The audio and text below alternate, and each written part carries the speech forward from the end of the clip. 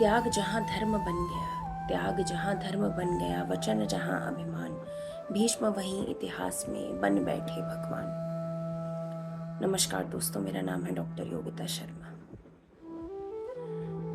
दोस्तों, क्या एक पुत्र अपने पिता के सुख के लिए अपना जीवन समर्पण कर सकता है? उसे सारे सुखों को त्याग सकता है? क्या कोई ऐसा चरित्र या ऐसा पात्र हुआ इतिहास में जिसकी प्रतिज्ञा उसे इतिहास में अमर कर दे?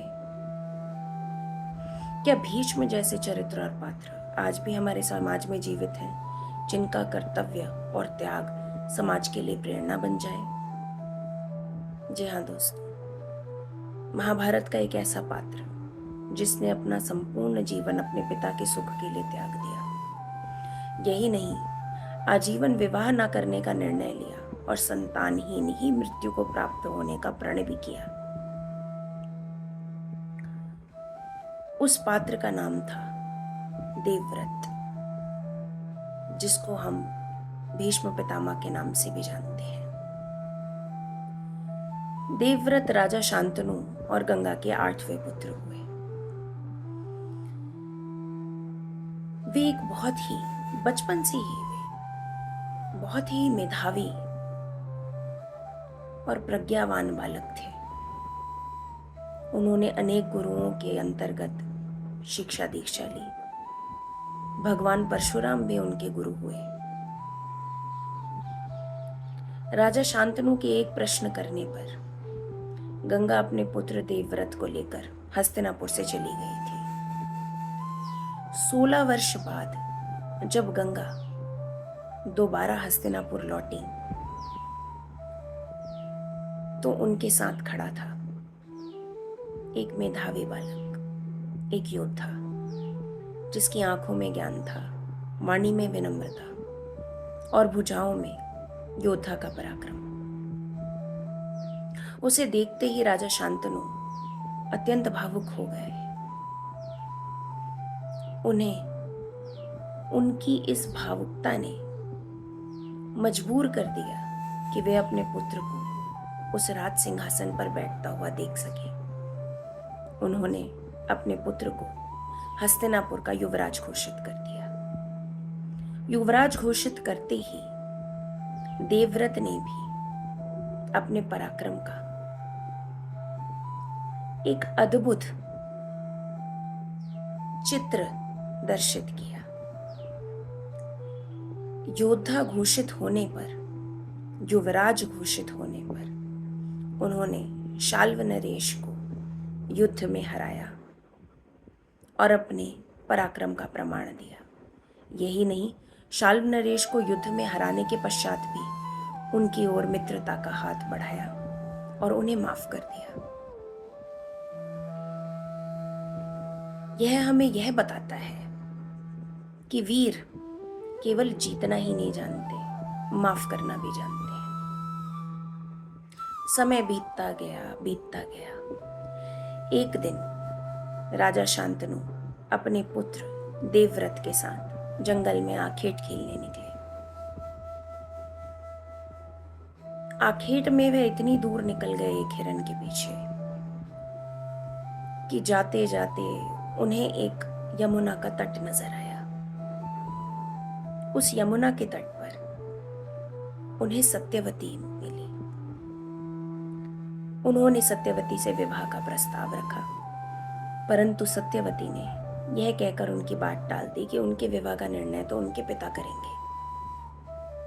राजा शांतनु ने सत्यवती के पिता से इस बात का आग्रह किया कि वे सत्यवती से विवाह करना चाहते हैं, परंतु विवाह से पहले ही सत्यवती के पिता ने एक शर्त रखी और यह कहा कि ऐसा उनके भाग्य में लिखा है कि सत्यवती का पुत्र ही राज सिंहासन पर राज करेगा।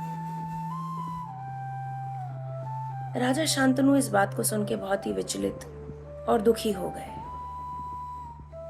क्योंकि राज सिंहासन पर तो वे अपने पुत्र देवव्रत को बैठा ही चुके थे, उनको युवराज घोषित कर ही चुके थे। अब वे उनके प्रति अन्याय कैसे कर सकते थे?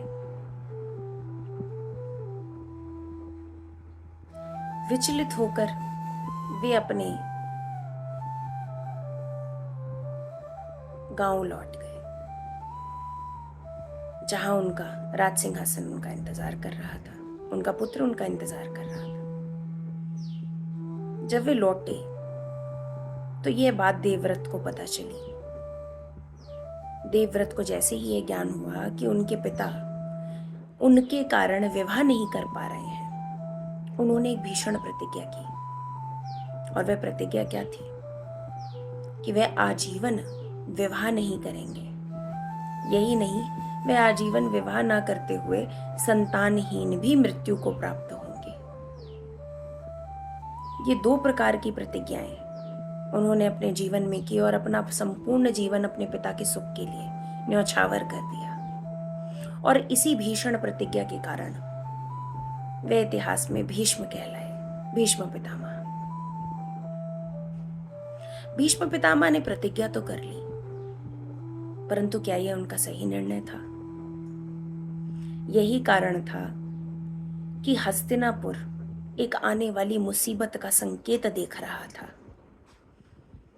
उत्तराधिकार, सिंहासन का उत्तराधिकार केवल झगड़ों में उलझ कर रह गया। उनकी ली हुई प्रतिज्ञा ने इतिहास में हमें यह सिखलाया कि कभी भी भावनाओं में आकर कोई भी कार्य नहीं करना चाहिए, कोई भी प्रतिज्ञा नहीं लेनी चाहिए। और यह भी बताया कि हमारे छोटे छोटे किए हुए कार्य, छोटी छोटी की हुई गलतियां किस प्रकार से हमारी पीढ़ियों को भुगतने पर मजबूर कर देती हैं। उनका पात्र हमें यह भी सिखलाता है कि लोग आज के समय में अधिकार तो चाहते हैं, परंतु त्याग नहीं करना चाहते। सम्मान तो चाहते हैं, परंतु अपने दायित्व नहीं निभाना चाहते। इसी कारणवश उनका पात्र केवल एक साधारण पात्र नहीं, अपितु महाभारत का एक बहुत ही जटिल और बहुत ही समग्र पात्र है।